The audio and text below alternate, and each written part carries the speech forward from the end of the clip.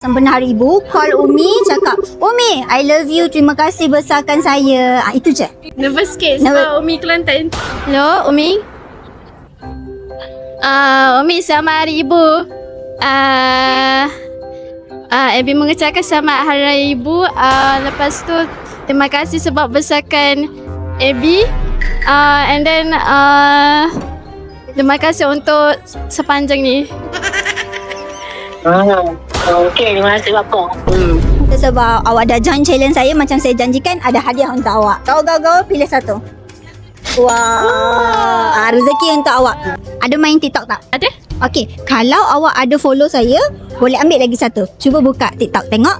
Search nama Estelle Telco. Okey, saya sebab awak sudi follow saya nak bagi satu SIM card dekat awak lah. Serendah RM35 sebulan, dapat 300 GB. So kalau macam internet yang awak pakai tak habis, dia boleh bawa ke bulan hadapan. 3 video later saya awak ada live, semua untuk awak. Ada tak? 1, 2, 1. Alah, tak ada rezeki. Okey, sempena Hari Ibu ni, so saya nak tahu apa harapan korang terhadap ibu korang. Boleh komen dekat sini dan jangan lupa follow.